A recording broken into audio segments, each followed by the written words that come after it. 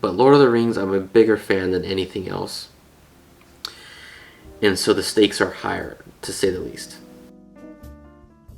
And with that being said, again, it's just like I said, it's hard to put my finger on it. I did enjoy it. If I was to rate, man, season 1 out of 10, I'm between a 7 and 8. I would say a 7.5 just to be conservative, because I feel like 7 is too low, but 8 is too high. I would say a 7.5 for now. Like I said, I definitely want to watch it again. First impressions, overall, the show, beautiful. Absolutely stunning, and I would hope so for a $1 billion show. Absolutely stunning show. Beautiful backdrops, sets, scenes. Beautiful. Cinematography wise, in the sense of angles and lighting, and just really showing how great visually the director and the DPs could really get unique and beautiful angles of different scenes. I think it was 50-50. Let's go back. Beauty, like the beauty, scenery, all that stuff, 10 out of 10. The cinematography, in the sense of, again, shaping up shots, and I know I have some, and I've mentioned this before, I've done my own share of acting, and I've done my share of assistant directing and writing some stuff. And having a slight vision and visual and eye for how scenes should look, I'm not even close to being an expert. But I've seen plenty of movies that have beautiful cinematography, beautiful angles, and I mean, they could have at least put in some like Michael Bay-esque shots of, like, down on the, here, or sunset shots of the character looking off into the sunset, stuff like that. And they did. It just wasn't all the time. So I would say that sends 5 out of 10, 50% in that sense. Acting wise, 7 out of 10. I mean, there were some scenes that were just like, oh, that was a beautiful scene, great acting, and the rest of it was okay. I wasn't disappointed, but I wasn't wowed. It was just okay. They're acting, they're doing good. And if anything, the acting that I didn't like was Galadriel's. I've said it since the first episode. I like her more than I liked her in the first episode, but I'm not over the moon like many people are. Maybe I have to see more of Morfydd Clark's acting. I wasn't blown away with her acting in this season. I think the only acting that I really liked was this episode 8, when she's like yelling at Sauron, "I'll never serve you." That was cool, that close-up angle. Same with Halbrand. I liked that shot of him when he was yelling at her. That was great. And then back to when Galadriel, I believe, first meets Queen Muriel, or Queen Regent Muriel of oh, that's a huge thing I missed in the episode 8. Sorry, let me finish. Queen Muriel, when Galadriel meets her, and she's like, I am Galadriel, I am Lord of the Legions of the Valar, whatever she says. I got chills. That was awesome. But what I forgot to mention about episode 8, hopefully some of you are sticking around, but the freaking King of Numenor is dead, and they return to Numenor, and Muriel's like, what is it? And Elendil's like, looks up, and the flags are black. Oh yeah, and then we didn't see freaking Elendil's daughter goes up to the tower to look at the Palantir. Don't see what happens with her. Okay. Sorry guys, that slipped my mind. I didn't even put that in my notes. Anyways, before that happens, when the king's sick, Pharazôn, I'm gonna call him Pharazôn. I don't know how you say his name. He's looking at the king, blah blah blah. You guys need to make us drawings to sculpt him, whatever. The king dies. Okay. In the Silmarillion, for those of you who have or have not read the Silmarillion, in the books, Pharazôn becomes king of Numenor in the book, the Silmarillion, and he takes up Muriel as his queen. Doesn't say if she was a queen before, like the Rings of Power, but maybe that's how they're gonna do it. Farazan looks like he's somewhat eager and looks like he has some evil tendencies. So that'd be awesome if they make him king, and he would become our Farazan as in the book, and he becomes king of Numenor, and he is what brings the downfall of Numenor. That is, how about let's go into the predictions of season 2. He's gonna become king. He's gonna become the downfall of Numenor. In Numenor, we have two types of people in Numenor. We have the faithful, I believe who they're called, and they're the royal bloodline, the true bloods, the true bloods. They're the direct line of Numenor, and they're the ones who are the kings, but they have forsaken the ways of the Valar, and they've been mad at them, and they've forsaken the traditional ways and all of the ritualistic rites to bury their dead, because they don't want to die. They want to steal the immortality of the Valar, and they eventually go to war against the Valar. But then you have these other types of people who are Elendil's people, who value the traditions of the Valar. They thank the Valar for giving them extended mortal life. So then Ar-Pharazôn goes to war against the Valar, and his army is swept under the sea. He actually makes it to the Undying Lands, I believe, to Valar. I forget exactly where he gets to, but he's swallowed whole as well. He gets killed, and then but Miriel tells Elendil, "You need to save your people," and so Elendil vows, and he leaves Numenor with Isildur to Middle Earth. And as he is escaping in his boat, Numenor is swallowed whole by the ocean, by the Valar, by Ulmo, I believe, the god of the waters. So that's how I think it's going to happen. But yeah, Ar-Pharazôn, terrible king, he's evil, so I think he's going to become king. Okay, back to season 1 synopsis.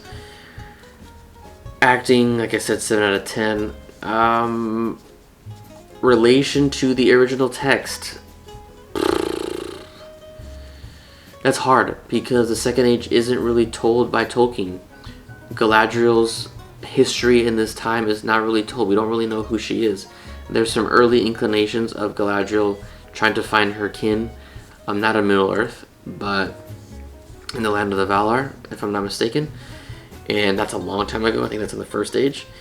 And then we don't really hear about her until the time of the Lord of the Rings in the Third Age. Again, correct me if I'm wrong, or I should say in the crafting of the Rings of Power in the Second Age. At the end of the Second Age, and then again in the Third Age, and in the time of the Lord of the Rings, and that's pretty much it. So that's kind of hard, because we don't really have knowledge of the young Galadriel. We don't know who she is, and it's big creative freedom to write about a character.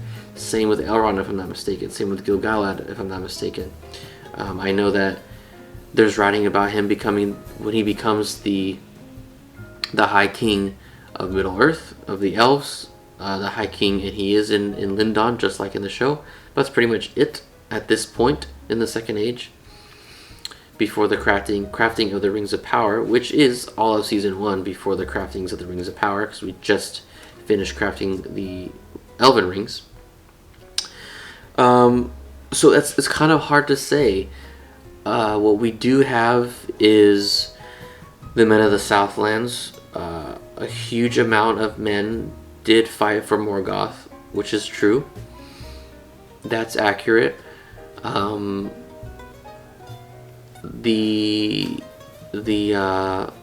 dwarves mining for Mithril. We have the Balrog being awakened.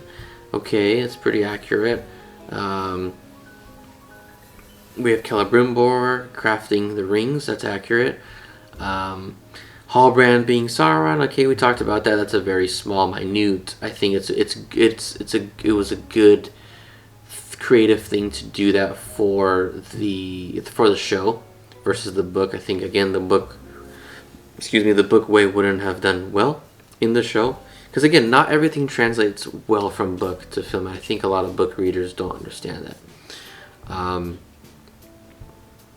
And I'll be the first to admit that I was the biggest critic of this show. I remember, was it back in 2017 when Amazon, when or whoever announced that Amazon bought the rights for the show, whatever those rights were, and then we got our talks of they were gonna make a show, and it was huge backlash. And then I remember they started filming, and then there was the backlash that they had hired an intimacy coordinator because there was supposed nudity in the show. That was a huge thing. And then they said that they were gonna cast a female Gandalf in the show, and that was like, okay, first of all, she's female, and then second of all, Gandalf has no place in the time of the Second Age. And then I remember they talked about Galadriel being in the show, and that was another thing, and it was just one thing after another, people just being angry about it.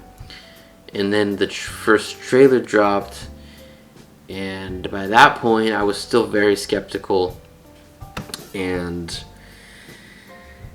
yeah, but by the time, like 2 weeks leading up to the show, I was hyped. I remember being hyped for the show, and overall, I would say I am pleased with the show. I remember when I was in Portugal, I told you guys I was in Portugal about a month ago now, and I remember I went to a couple bookstores, and one of the bookstores I went into, it was the oldest bookstore in Portugal. It was really cool to see it. It was built in 1722, I believe, and the Rings of Power new covers from the show were on Lord of the Rings books, and I posted on my Instagram, say what you will about the show, but it is awesome to see Lord of the Rings out and about, advertised, being in the mainstream. It is an awesome feeling, and to have people talk about Lord of the Rings, I talk with my coworkers about Lord of the Rings, and that's really cool, because I feel like so many people that I've come in contact with haven't seen the original trilogy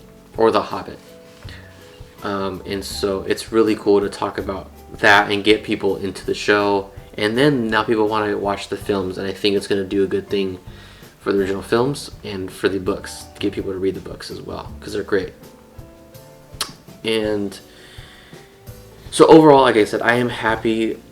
I'm more happy with the Lord of the Rings in the mainstream, and that it's in conversation, more than I am with the show itself. But again, so 10 out of 10 for the scenery and beauty. I would say 5 out of 10 for cinematography, 7 out of 10 for acting. Accuracy to the original content, again, it's hard. I would say an 8 out of 10 because there's not that much to go off of. And what they did, I think they did well. And what they didn't do accurately, I think it was smart. So I don't think it was a bad choice. Because again, like,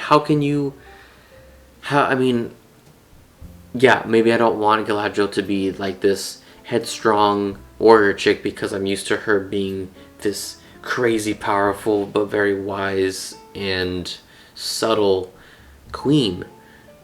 And I mean actual queen, not like, oh, she's the queen. No, not crap.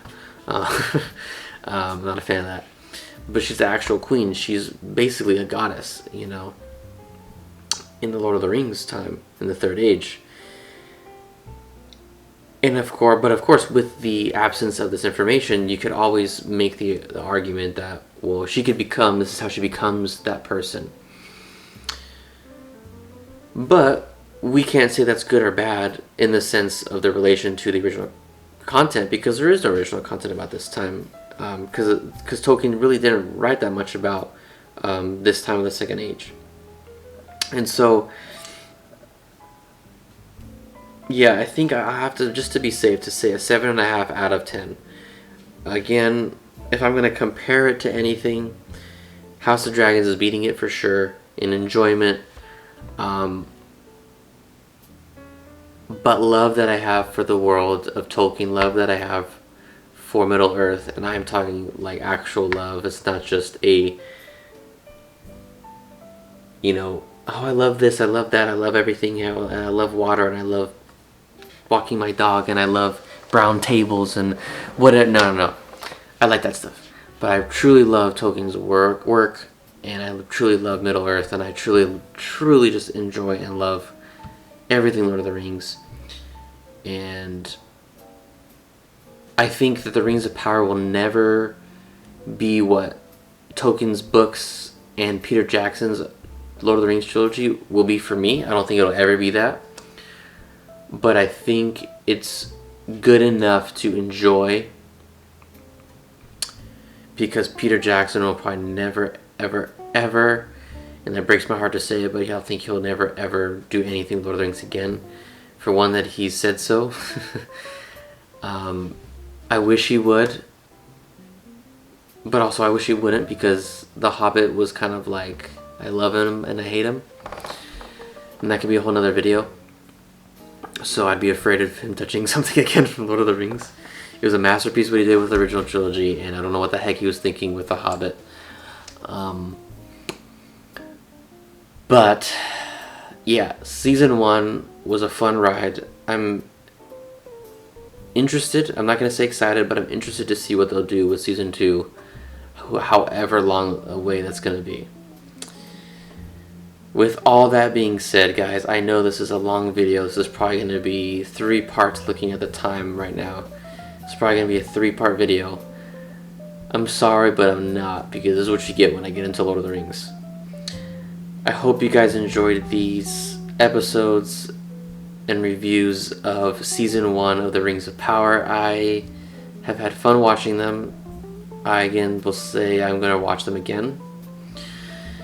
Don't worry, for those of you who are on the channel because of The Chosen, I will get back to them, but Rings of Power came in, and I'm like, okay, I gotta devote my time to Rings of Power. I do have 2 episodes left of The Chosen, and we'll be getting right back into that. I would like to try to either do reviews or live action reactions to whatever show's coming out again. Possibly Marvel. She-Hulk started off fun and then just got too crazy for me. I still feel it finished it. But all the Marvel shows I've been watching with my family, but She-Hulk really did it for us as a family, and I was just like, forget it. I'm just gonna finish it just so I have the knowledge of what's going on in the universe, and we'll see what shows next. I don't know what's next. I need to see my schedule of Marvel shows, because She-Hulk just ended this past week, so I need to see what's going on with Marvel in that sense. So I might be just doing those reactions, watching that by myself. Andor is on right now. I've been freaking thoroughly enjoying Andor. Andor is like a 9 out of 10 for me. I am seriously enjoying it. The last episode, IGN rated a 10 out of 10. I don't think it was that good. I would say like a 7 or 8 out of 10. But overall, I'm really enjoying that show. If you guys want me to talk about it, leave it in the comments below. I'm glad to do a video on it. House of Dragons, there's 2 more episodes left. I don't think I'm going to do a video, just maybe in passing in a video like this of other episodes and other shows. I can talk about it, but I don't think I'll do it. Or maybe I'll just do a whole season 1 recap of it when it's over. Other than that, I know I've had some recommendations for movies in the past when I did The Chosen season 1, but if there's ever anything you guys want me to react to, talk about, have a conversation about, whatever it is, if you have questions, if you have comments, if you like this video, if you hated this video, let me know down in the comments below. I also have my emails in the description below. Have both my Instagrams, my personal and my photography Instagram, down in the description below, so feel free to follow me, feel free to contact me down there. I'm always happy and willing to talk to you guys. And I hope to see you guys in the next one. Stay safe, stay healthy. See you guys next time.